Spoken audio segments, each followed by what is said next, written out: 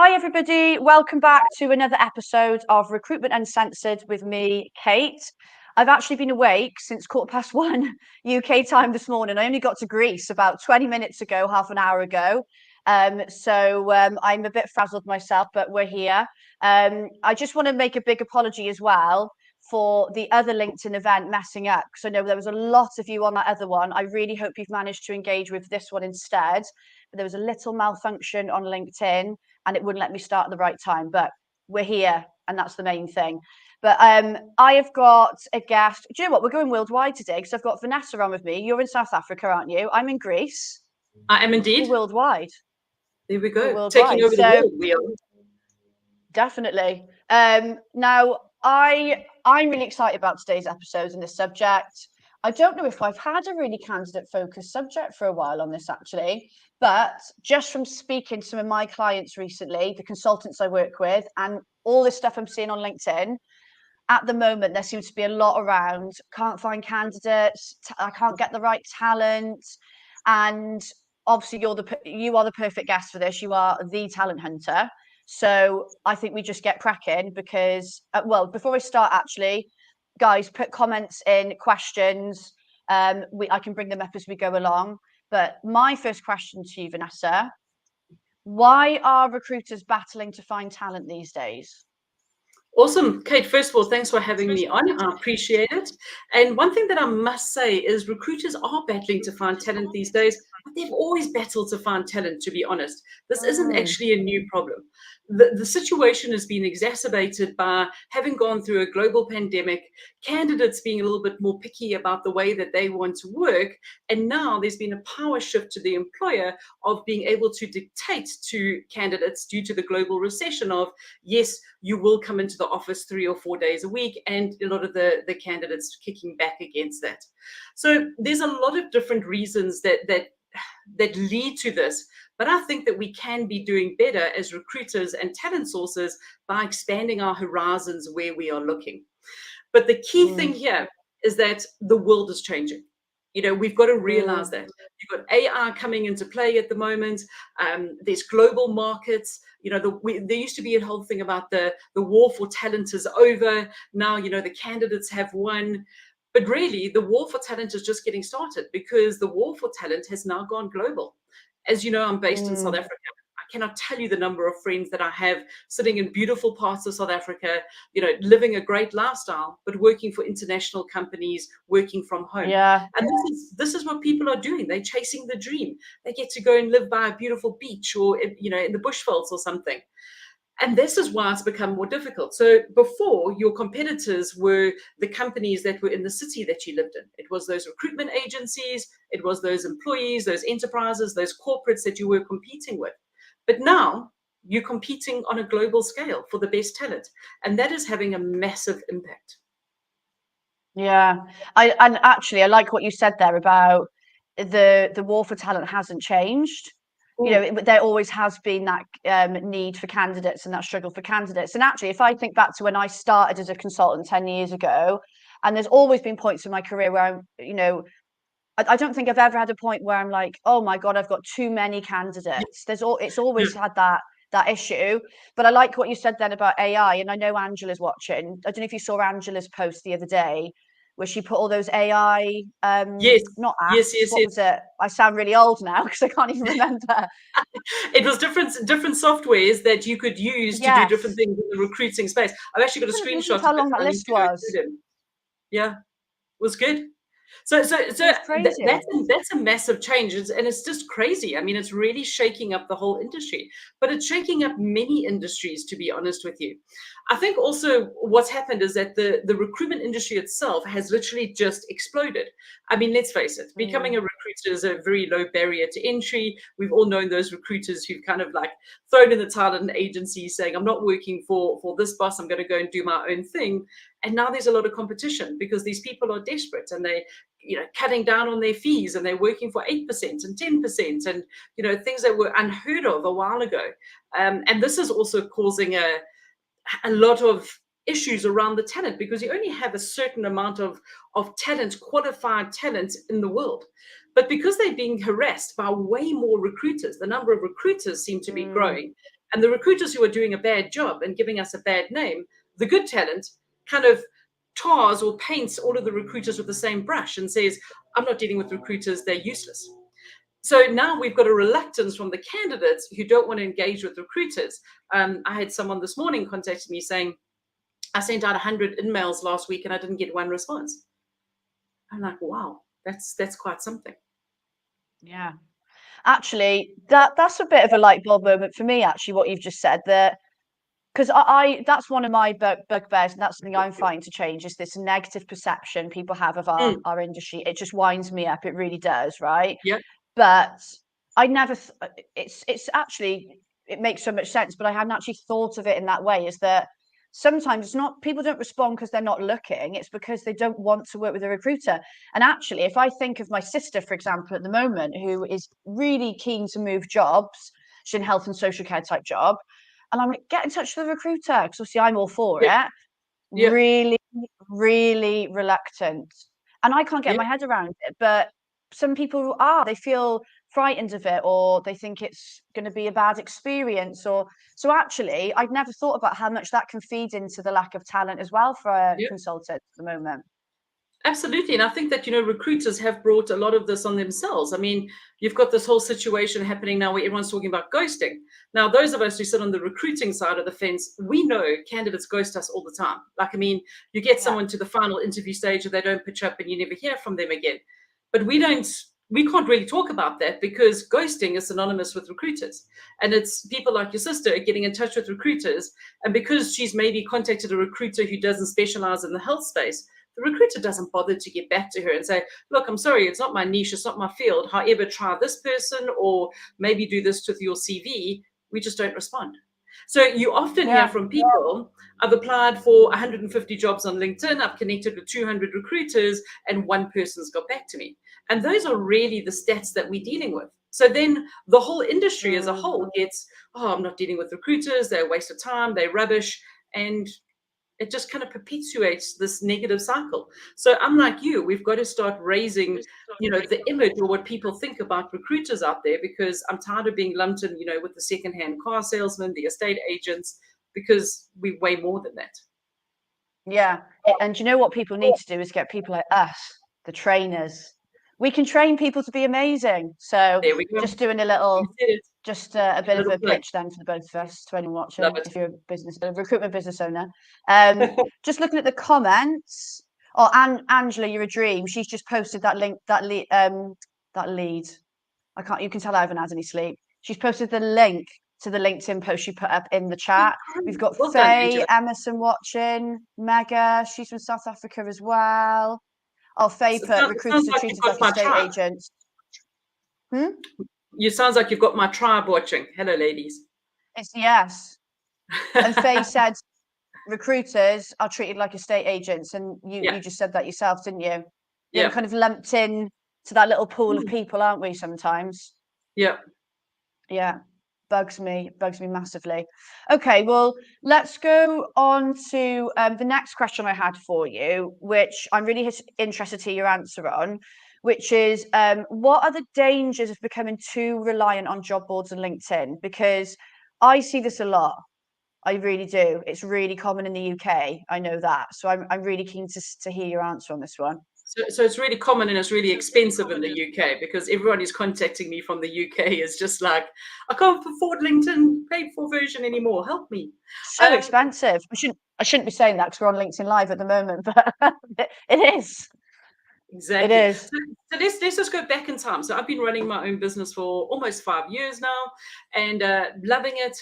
But before then, I was 10 years head of talent acquisition for a tech company. And I figured out very quickly that if I was only looking on job boards or LinkedIn, the business would literally collapse, because I needed consultants, I needed tech professionals, we had projects that we needed to deliver on, had a hiring manager having an arse collapse next to me because I couldn't find the right people. And I very quickly started looking in other places. Then, just as I was thinking about doing my own thing, I went to a conference here in Johannesburg, and I couldn't believe how many recruiters were still talking about recruiting on LinkedIn and job boards. And I was like, surely you guys have moved on from that. I didn't realize that it was still happening because I was quite isolated working internally. So then I decided, okay, there's a gap in the market, there's a niche. I want to start teaching people how to source talent way more effectively, because doing what we're doing right now and only looking on LinkedIn and job boards is far too competitive. Those people are suffering from recruiter fatigue, as I like to refer to it. They're over it. So I launched my own business, and literally for 5 years, I start every new training group with, so where are you currently finding talent? And what comes back?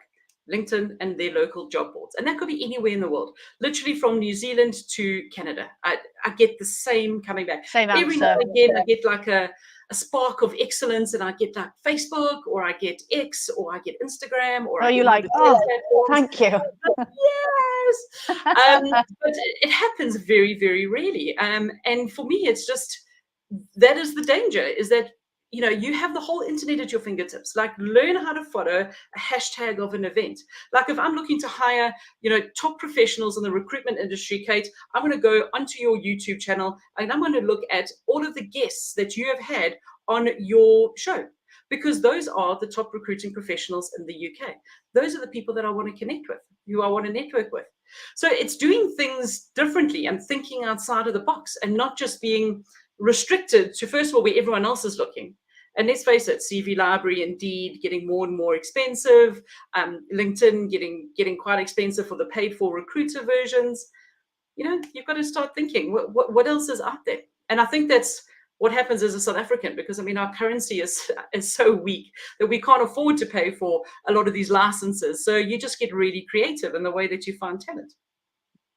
Yeah, and I think that's the word to use, isn't it? It's being creative, thinking outside the box. Mm. I can't say that when I was a consultant, in the 7.5, 8 years I did it, I wouldn't say I was extremely creative with sourcing.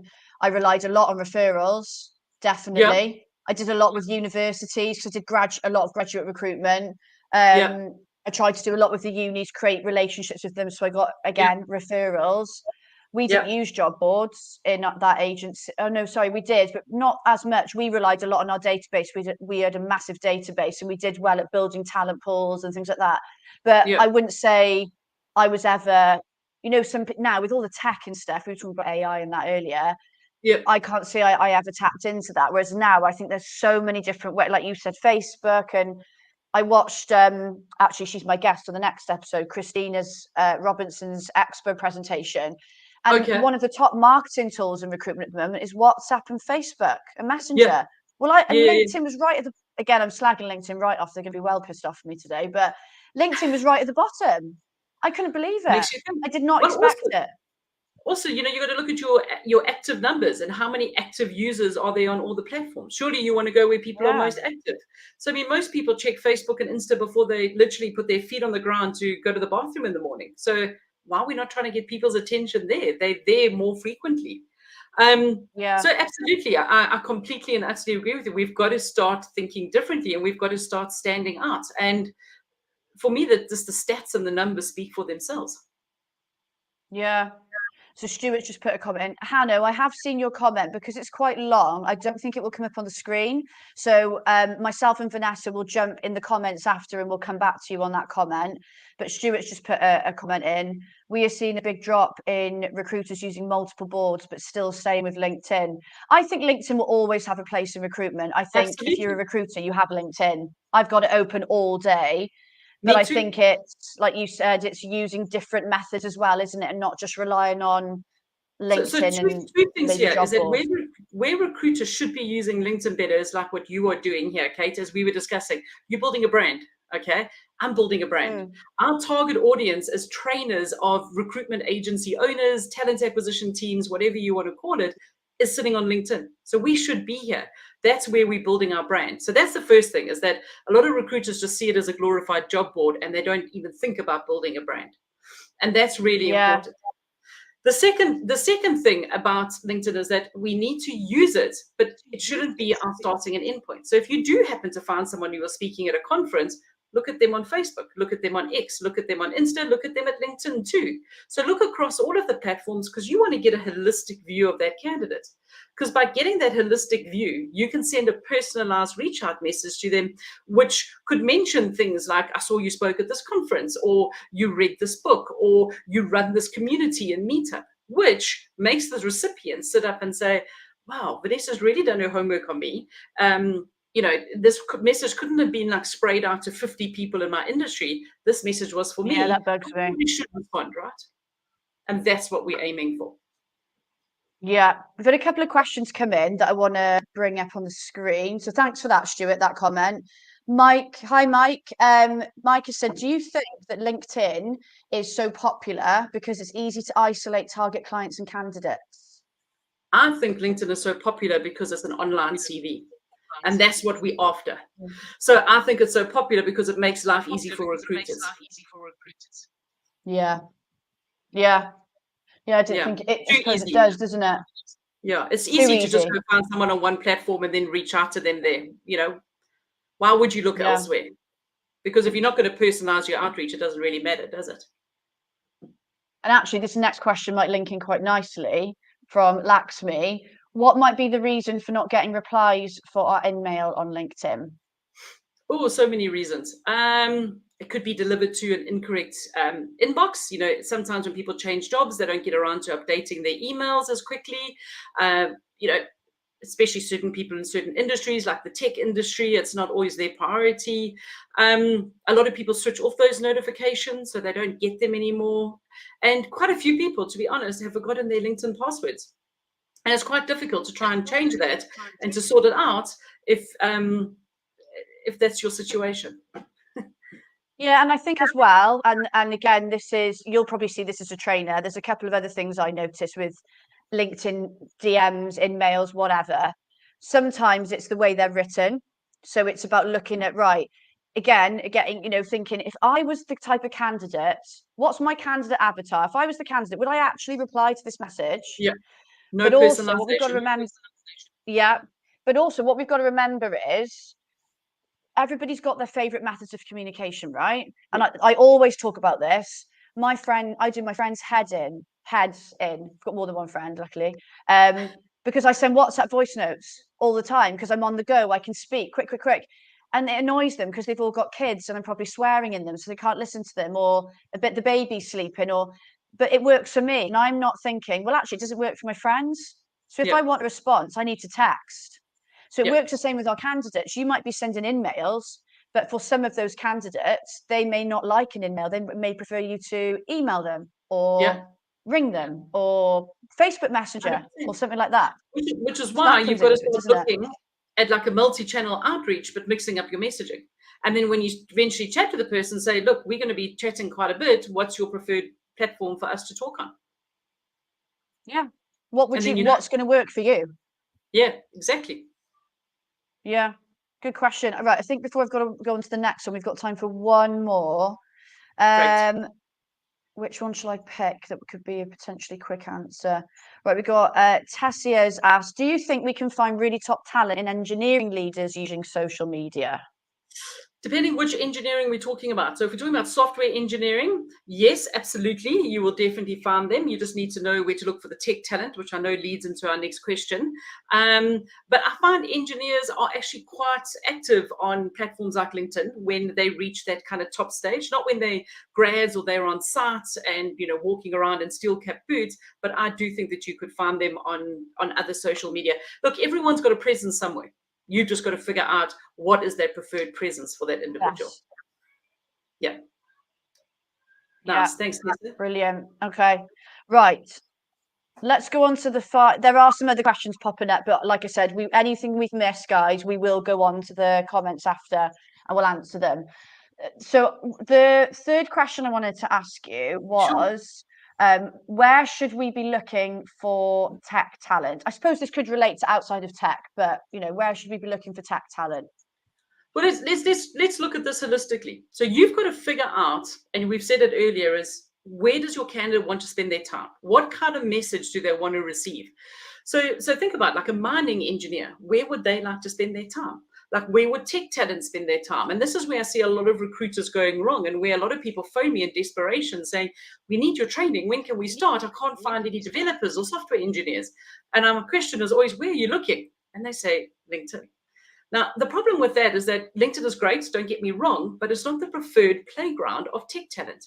I mean, if you go and look at a platform like GitHub, for example, there they can load their code, they can look at other people's code, they can fork other code, they can get better at their jobs by spending more time on GitHub. But when they're on LinkedIn, what happens is they just get harassed by recruiters.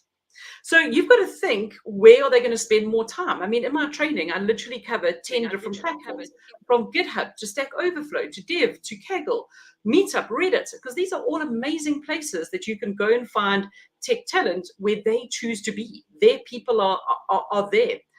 And that's one thing that I really try and emphasize in my training, is that before you even start recruiting for a new role or looking for talent, figure out where they like to spend their time, because you're wasting your time just assuming that they're going to be on LinkedIn or job boards. Like, I never in my life have ever put my CV on a job board. It doesn't appear anywhere.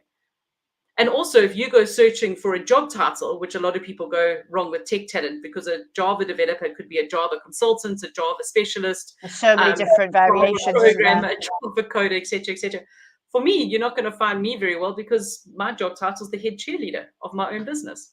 So people need to get a better understanding of what they're looking for and see who's standing out in that space, which is really important. Yeah. And actually, I think as well that you're finding them on those platforms where they hang out, but also it's where their language is being spoken. I don't mean their programming language, but I mean like they're in amongst like-minded people. They're talking about things they're all passionate about. They're doing things they're passionate about, much more likely to engage than on a platform where, as you said, they associate it with, oh, somebody's sending me a sales message. Essentially, that's what they feel like, isn't it? Somebody's trying to sell to me, or, you know, pitch something I don't need, basically. 100%. Yeah, exactly. So yeah, there's lots of different ways to skin a cat, should I say, and just assuming that candidates are in two places, because that's how we could recruit 10 years ago. We honestly could. Doesn't mean it still works like that. And it's going to change even more with AI coming into play. Yeah.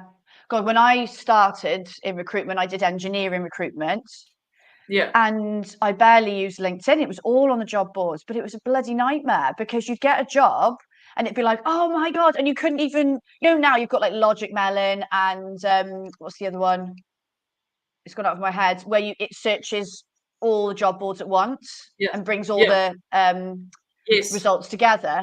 It was like, oh, I think, and this is when things like Monster existed. Oh, I think I'll go on job site first, then I'll go on Monster, then I'll go on another one. And you were just losing out. Everybody was just a free for all. Everyone was just going mental. And you'd ring a candidate, oh, so and so just spoke to me from so and so agency, and you'd be like, yes, damn it. That's when recruiting was just really a race, wasn't it? Because it was literally who could get the spec and start working it as quickly as possible, because you were all going to be phoning the same candidates off the same job boards. And that's what we've got to move away from. Yeah. Just going back to the comments, we've had some more come in. So Matthew's put in, joining relevant groups on LinkedIn helps. Do you find that, or is that for certain industries you find that? Again, it comes down to certain industries and what you're looking for. But I will say groups on Facebook are amazing. Meetup community groups are amazing to search on. So I love a group, don't get me wrong. For me, it doesn't matter which platform I find them on. But if I can find a group of whatever I'm looking for anywhere, I'm going to tap into that group. I'm going to join it. I'm going to get involved. I'm going to post. I'm going to add value.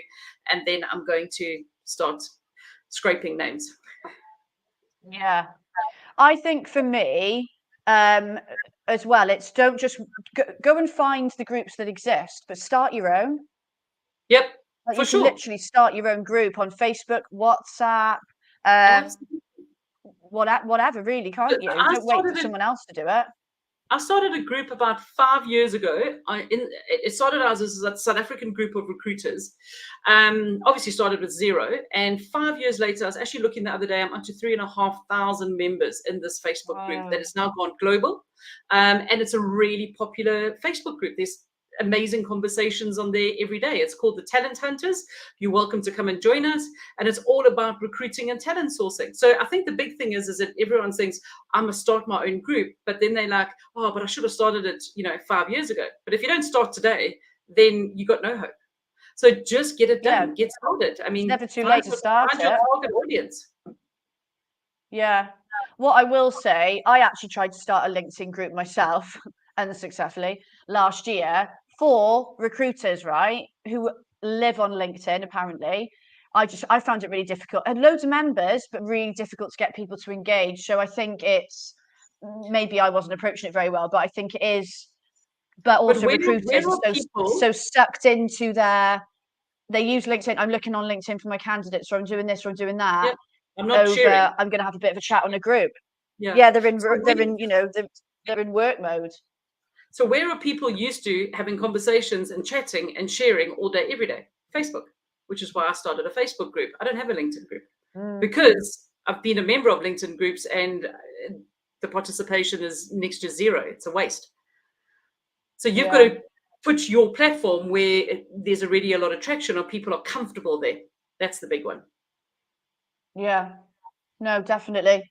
I'm going to come back to you in a second for a top tip, actually, Vanessa. But before I do, I just wanted to flag what the next episode of Recruitment Uncensored will be. So I mentioned Christina Robinson earlier. My next guest is Christina Robinson. She is MD of Green Umbrella Marketing. And I thought she would be the perfect person to have on. And actually, this links in lovely with something you said earlier, Vanessa. We are going to talk about how to build your personal brand as a recruiter, which I think is so important at the moment, like so important. And Christina knows her stuff. So that's going to be the 1st of November, which is 2 weeks. I can't believe it's November in 2 weeks' time. But yeah, the 1st of November, same time as normal, 12:30. This time the event will be on for the right time, not the wrong time. But that will basically be the next episode. So keep an eye out. Next week, the event will go live. I'll be adding you all, but feel free to forward it on to people. Anyone can join. But yeah, let's come back to you for the top tip. And then if we've got time, I will go back to the questions because there's quite a few being put in. So we were talking about this before, your top tip. And I love this. Put yourself in the candidate's shoes. Talk to me about this, Vanessa. So I'm actually going to start with another top tip, and that is come to Christina's session next in 2 weeks' time, because building your brand is going to be one of the most important things you can do for your recruiting career in 2024. Trust me on this one. My second top tip: don't just assume that candidates are where you've always looked for them before. You need to go and do some research. You need to go and look at what conferences do they attend, which community groups do they belong to, because looking for them where they aren't is just absolutely ridiculous. It's like the definition of madness. So I always encourage recruiters and talent sources to niche, really understand their industry, and then start connecting with the key players, start connecting with the influencers. It helps when people see that you connected with them and really understand what makes that industry tick and where you can find it. Yeah, I honestly think that at the moment, if you want to be a up there recruiter, you almost need to be seen as an influencer. You need to 100%. be here, there, and everywhere. People need to know who you are, and that means some people don't like doing video, but I'm sorry, some of these things you've got to do if you want to build that brand, because that's how people get to know you, and that is when you will start seeing things like incoming referrals happening and stuff like that. So yeah, I totally am bought into that. Somebody just put in the comment. Let me go back to the comments. Oh, Matthew, you need my MD Alex Dick on to talk about personal brands. Funnily enough, he was my guest on the last episode of Recruitment Uncensored, but we talked about how not to be a dick to your staff. That was our theme. But I know he does. He's built an amazing personal brand. So, and he runs his own consultancy. So for any of you watching, if you want to know what Vanessa means by that and what me and Christina will talk about next week, go and look at his profile and what he posts, because he's very good. He's built up a brilliant personal brand. Right, I can't believe it, but we have actually run out of time. No worries. So it's gone so fast. Thank you so much for everyone that's watched. There was some great engagement and comments. We will come back to the ones we've missed. Didn't get time to fit them all in. But yeah, thank you so much for joining me, Vanessa. I've loved today. I've learned something, and I'm guessing everybody else will have that's watched as well. Thanks, Kate. Awesome. What I do want to mention is, and everyone connect with Vanessa, and she's got an amazing online academy. So if you've watched today and think, I need to level up my sourcing skills, reach out to Vanessa, because she is your gal, basically. But yeah, that's all we've got time for. Thank you, everybody, for watching. I will see you on the next episode. Have a great day. See you later. Excellent. Cheers all. Bye.